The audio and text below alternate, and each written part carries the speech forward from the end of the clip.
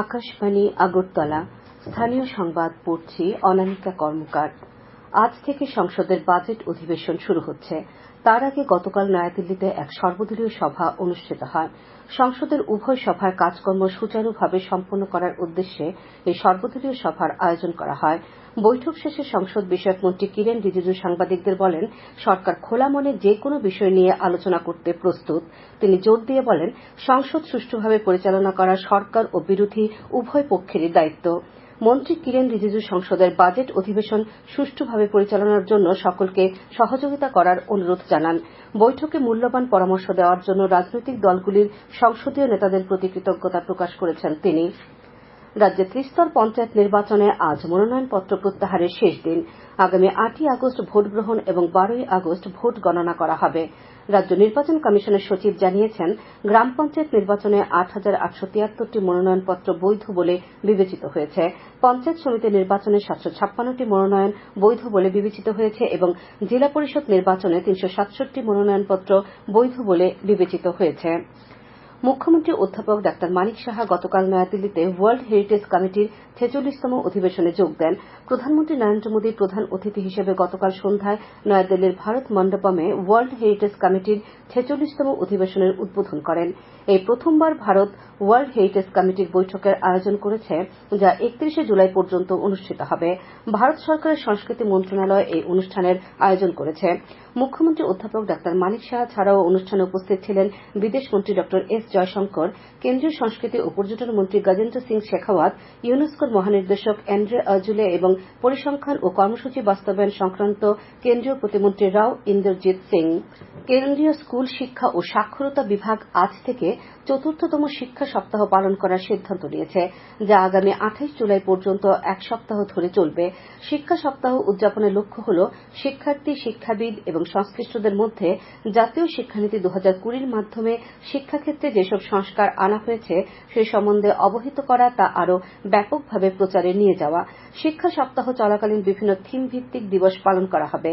এর মধ্যে রয়েছে শিক্ষা, শিক্ষণ সামগ্রী দিবস, বুনিয়াদী শিক্ষা ও নিউমেরেসি দিবস, ক্রীড়া দিবস ও সাংস্কৃতিক দিবস। বাংলাদেশে সংরক্ষণ বিরোধী আন্দোলনের জেরে সেদেশের অস্থির পরিস্থিতির কারণে ভারতীয় ছাত্রছাত্রীদের দেশে ফিরে আসা অব্যাহত রয়েছে। বিএসএফ থেকে জানানো হয়, ত্রিপুরা সীমান্ত দিয়ে বাংলাদেশ থেকে গতকাল আরও 314 জন ছাত্রছাত্রী প্রবেশ করেন। এর মধ্যে আগরতলা আইসিপি মারফত 152 জন প্রবেশ করেন। তাদের মধ্যে 66 জন নেপালের। তাছাড়া সোনামুড়া শ্রীমন্তপুর সীমান্ত দিয়ে 162 জন প্রবেশ করেন। তারা সকলেই ভারতীয়। কৈলাসহরের মনু স্থলবন্দর দিয়ে গতকাল বাংলাদেশের সিলেট, পাঠারতা, ঊনকোটি জেলার এক ছাত্রী ভারতে ফিরে আসেন। গুরু পূর্ণিমা উপলক্ষে সংস্কার ভারতী সংস্থার উদ্যোগে গতকাল সন্ধ্যায় আগরতলার সুকান্ত একাডেমিতে এক অনুষ্ঠানে রাজ্যের 8 জেলার 8 জন বিশিষ্ট লোকশিল্পীকে সম্বর্ধনা দেওয়া হয়। তারা হলেন সুখিনী দেববর্মা, বেণুভূষণ নাথ, সুবল নাথ, সোনাচাঁদ সিনহা, থাংমুং মগ, কিরণ দেববর্মা, অখিল বন্ধু দেবনাথ ও মনিকা রায়। রাজ্যপাল ইন্দ্রসেনা রেড্ডি নাল্লু তাদের হাতে মানপত্র, পুষ্পস্তবক, উত্তরীয় তুলে দেন। অনুষ্ঠানে অন্যান্যদের মধ্যে ছিলেন প্রাক্তন উপমুখ্যমন্ত্রী জিষ্ণু দেববর্মা, ত্রিপুরা বিশ্ববিদ্যালয়ের উপাচার্য গঙ্গাপ্রসাদ প্রসেন, সংস্কার ভারতী সভাপতি সুবল বিশ্বাস। গুরু পূর্ণিমা তিথি উপলক্ষে গতকাল রাজ্যের বিভিন্ন দেবালয় ও মন্দিরে বিশেষ পূজাপাঠের আয়োজন করা হয়। বিএসএফ এর ত্রিপুরা সেক্টর আইন শাখার উদ্যোগে গতকাল নতুন ফৌজদারি আইনের উপর এক অনলাইন কর্মশালার আয়োজন করা হয়।